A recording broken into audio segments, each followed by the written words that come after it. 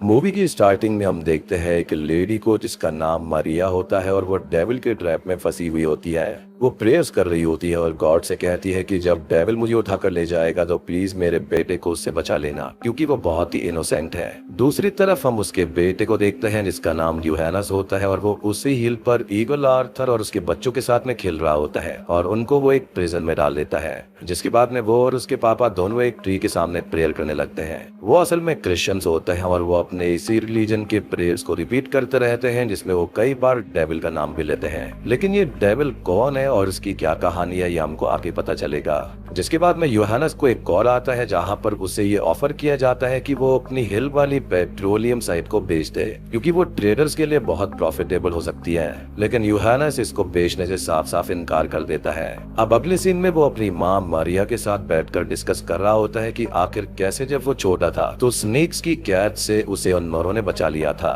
खैर इसके बाद में अगले सीन में हम ये देखते हैं कि यूहैनस एक जंगल में जाता है जिसके ट्रीज के अंदर से ब्लड कलर ट्विंकल कर रहा था। तभी थोड़ी देर के बाद में उसकी माँ मारिया वहाँ पर आ जाती है। तब तक यूहैनस घर लौट चुका था, लेकिन मारिया को ये पता चल चुका था कि यूहैनस उस जंगल में गया था। इसी वजह से मारिया उसे उसका हाथ दिखाने को कहती है और उसके हाथ में वो निशान थे जो कि उस जंगल के पेड़ों में थे।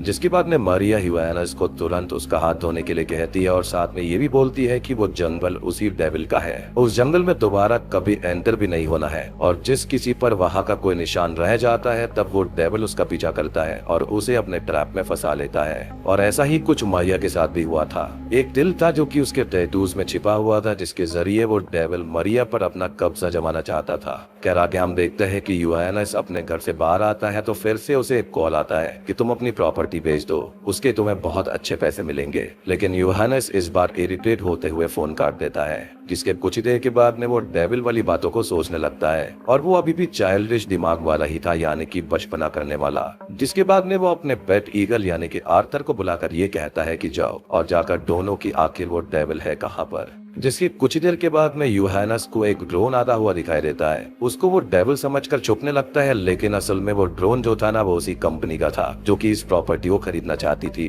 खैर इसके बाद में यूहैनस घर भाग कर आता है और फिर अपनी मदर मारिया की हेल्थ के बारे में फोकस करने लगता है। उसने ये सोचा था कि वो आज ही चर्च जाकर जीसस क्राइस्ट को अपने 50% मनी दे देगा, जिससे कि वो उसकी मदर को ठीक कर देंगे। अब इसी बिलीफ के साथ में वो एक छोटे से चर्च जाता है और सारा का सारा जो पैसा होता है वो थोड़ा थोड़ा करके सारे गॉड के स्टैचूज में रख देता है। लेकिन तभी उसे इस बार दो और डोन आते हुए दिखाई देते हैं। ये देखकर वो और भी ज्यादा डर चुका था और वहाँ से भागकर वो उन्हीं स्टैचूज के पीछे छुप जाता है। जिसके बाद में हम आगे ये देखते हैं कि एक लेडी अपनी कार से उस हिल पर आती है और शायद से यूहैनस उसको पहले से जानता था। वो उसकी कार में बैठ जाता है और उस लेडी को भी मारिया के बारे में पता था। वो लेडी भी यूहैनस को ये यकीन दिलाने की कोशिश करती है कि वो मारिया को उस डेविल से जरूर बचाएगी। और आगे वो दोनों फार्म पर जाते हैं जहाँ पर वो आपस में इंटीमेट भी होने लगते हैं। जिसके बाद में वो अपने घर चला जाता है और मारिया को वो उस लेडी के बारे में बताता है और इसके बाद में दोनों सो जाते हैं। खैर अगली सुबह जब दोनों उठते हैं तो देखते हैं कि उनका जनरेटर कोई और चोरी करके ले गया था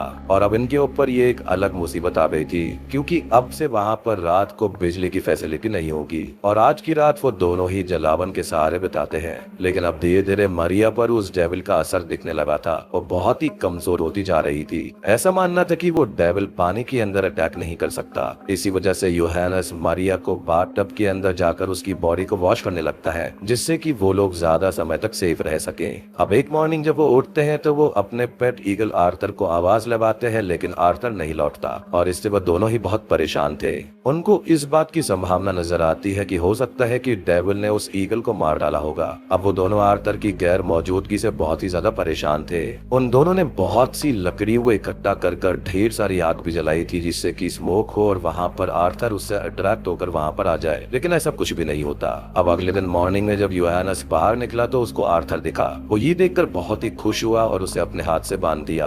खैर तभी उसकी जमीन पर हेलीकॉप्टर लैंड होता है और कुछ घुसपैठिए वहाँ पर आते हैं जो कि यूहैनस और उसकी मदर मारिया को जबरदस्ती पकड़ लेते हैं और प्रॉपर्टी के पेपर्स पर जबरदस्ती साइन कराने लगते हैं। यूहैनस ने बहुत हाथ पैर मारे, लेकिन वहाँ पर कुछ भी नहीं हो सका। साइन लेने के बाद में वो घुसपैठिए वहाँ से चले जाते हैं। जिसके बाद में हमें मूवी के एक बहुत ही इंटरेस्टिंग पार्ट के बारे में पता चलता है। मारिया अपने सच का खुलासा करते हुए ये बताती है कि मैं आधी इंसान और आधी डेविल हूँ।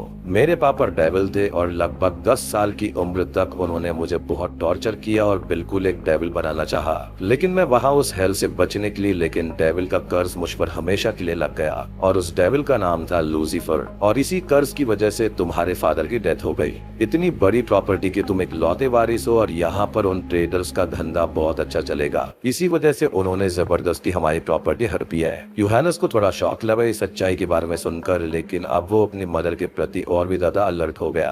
अब इसके अगले सीन में हम देखते हैं उसी लेडी को जो कि स्टार्टिंग में आई थी उसकी हेल्प करने के लिए, और इस बार यूहानस और वो लेडी आपस में खूब इंटीमेट होते हैं। जिसके बाद में यूहानस दूर से छिपकर देख रहा होता है उसी हेलीकॉप्टर की लैंडिंग को, जब बहुत सारे लोग उस एवरग्रीन एरिया के फॉरेस्ट को कट कर रहे होते हैं, जो कि बिल्कुल भी सही नहीं था। जिसके साथ ही अब मारिया की हालत और भी ज्यादा बिगड़ने लगी थी। फिर यूहानस अपने हाउस में अंदर होता है तो देखता है कि उसकी मदर मारिया बिल्कुल हिली नहीं रही है और बेजान पड़ी हुई है। वो उससे बात करने की कोशिश करता है लेकिन मारिया कोई भी जवाब नहीं देती। जिसके बाद में वो घर से बाहर जाता है और ट्री गॉड से प्रे करने लगता है। और अपनी सीक्रेट कॉन्वर्सेशन में मारिया ने यूहानस को एक और सच्चाई बताई थी कि अब कुछ रातों में वो डेविल उसको ले जाएगा और उसके ऊपर कोल्ड वाटर जो होगा वही उसकी सोल को बॉडी से निकलने से रोक सकता है। अब उसकी तबीयत बहुत ही ज्यादा बिगड़ चुकी थी और यूहानस इस चीज को देखते हुए उस हिल पर फैले आइस के टुकड़ों को पानी में कन्वर्ट कर मारिया की बॉडी पर फेंकने लगता है। अब धीरे धीरे बाहर घनी रात हो चुकी थी और अब एक समय ऐसा आता है जब मारिया की दिल की धड़कन भी बंद हो चुकी थी।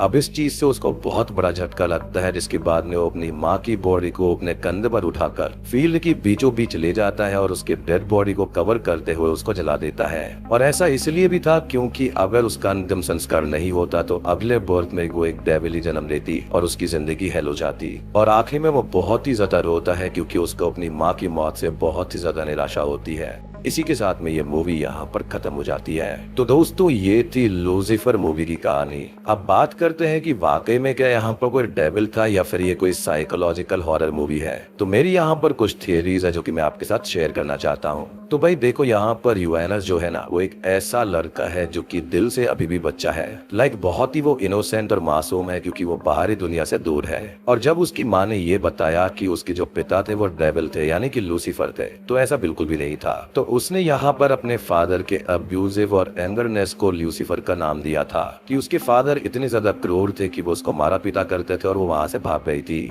जिसके बाद में आई एम श्योर कि जो मारिया के हस्बैंड थे ना उनको कोई ना कोई ऐसी बीमारी होगी जो कि वहाँ पर ठीक नहीं हो सकती होगी। और यहाँ पर मारिया को ऐसा लगता था कि ये सब लूसीफर या फिर डेविल ने किया है। अब जो उनकी जमीन थी उसको हड़पने के लिए बाहरी दुनिया के लोग यानी कि जो शहर के लोग थे वो वहाँ पर आ रहे थे। बेसिकली वो उसको एक स्की रिजॉर्ट में बदलना चाहते थे और उन्होंने जबरदस्ती करी और उनकी जमीन को हड़प लिया। तो यहाँ पर इसको भी एक मेटाफर के रूप में डेविल ही बताया गया है। ये एक ऐसी सताई हुई माँ की कहानी है जहाँ पर उसको बचपन से ही बहुत सताया गया, मारा गया। उसका माइंड उतना डेवलप नहीं हो पाया था और उसको पक्का कोई ना कोई बीमारी होगी जो कि ठीक नहीं हो सकती होगी।